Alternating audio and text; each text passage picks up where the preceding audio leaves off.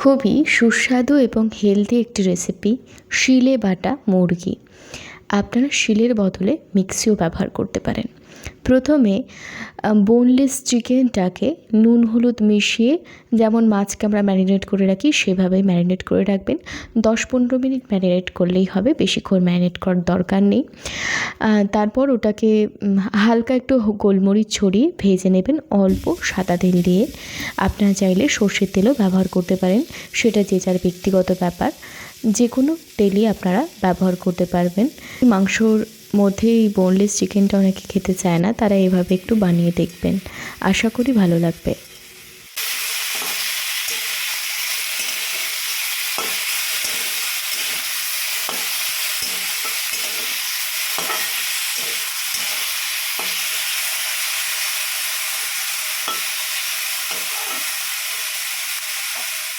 এটা অল্প তেলে ভাজা, সেই কারণেই আপনাকে একটু জল ছড়িয়ে এটাকে ভেজে নিতে হবে। দেখবেন এইটা বোনলেস হলেও এর মধ্যে থেকে হালকা জল জল বা তেল তেল মতন ভাব উঠে আসছে। এরপর জল ছড়িয়ে এটাকে ভেজে নিতে হবে।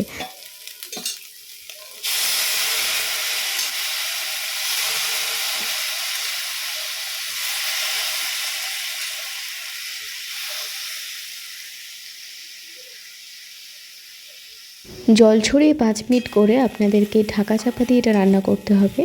তার কারণ এটা কিন্তু সফট হতে হবে, এটা আপনাদের মাথায় রাখতে হবে।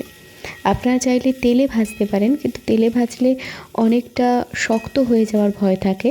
আর জল ছড়িয়ে যদি আপনি এটা ভাজেন তাহলে এটা হেলদিও হবে এবং টেস্টিও হবে।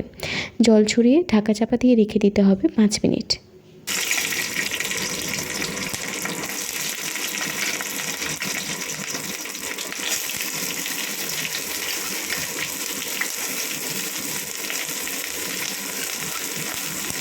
কড়াইয়ের মধ্যে আমি 12 কোয়া ছাড়ানো রসুন, 3টে বড় কাঁচা লঙ্কা এবং পেঁয়াজ নিয়েছি, 2টো মিডিয়াম সাইজ। আপনারা আপনাদের পরিমাণ মতন নেবেন।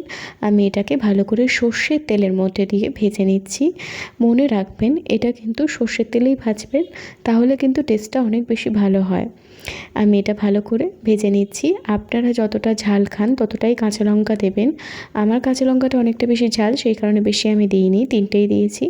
দেখতেই পাচ্ছেন চিকেনের পিসগুলো কিন্তু ভাজা হয়ে গেছে এবং খুব সফট হয়েছে ভিতর থেকে, খুব সুন্দর সিদ্ধও হয়ে গেছে। আমি টেস্ট করে দেখে নিয়েছি। এরপর এটা মিক্সির মধ্যে দিয়ে আমি বেটে নেব। বাটাটা এই রকম পেস্ট করতে হবে, মানে খুব বেশি ঘোরানোর দরকার নেই। মিক্সটা 2-3 বার ঘোরালেই কিন্তু হয়ে যাবে। এই যে দেখতেই পাচ্ছেন গুঁড়ো গুঁড়ো হয়ে গেছে, একদম মিহি গুঁড়ো হয়ে গেছে। আর এরপর এদিকেও কিন্তু আমার এগুলো ভাজা হয়ে গেছে, পেঁয়াজ, রসুন এবং কাঁচা লঙ্কা। এটাও আমি মিক্সিতে পেস্ট করে নেব, কিন্তু মনে রাখা জরুরি এটা যখন আপনারা মিক্সিতে পেস্ট করবেন, এটা বেশি পেস্ট করলে হবে না, একটু গোটা গোটা রাখতে হবে এই রকম। তারপর এটার সঙ্গে সামান্য একটু নুন অ্যাড করে আমি এটাকে মেখে নেব। এখানে সামান্য নুন কেন অ্যাড করলাম, কারণ আমি যখন চিকেনটা ভেজেছিলাম চিকেনের মধ্যে পরিমাণ মতন নুন দেওয়া ছিল, সেই কারণে বেশি আমি নুন দিলাম না। আপনারা একটু টেস্ট করে দেখে নেবেন। আর এইভাবে ভালো করে মেখে নেব আমি।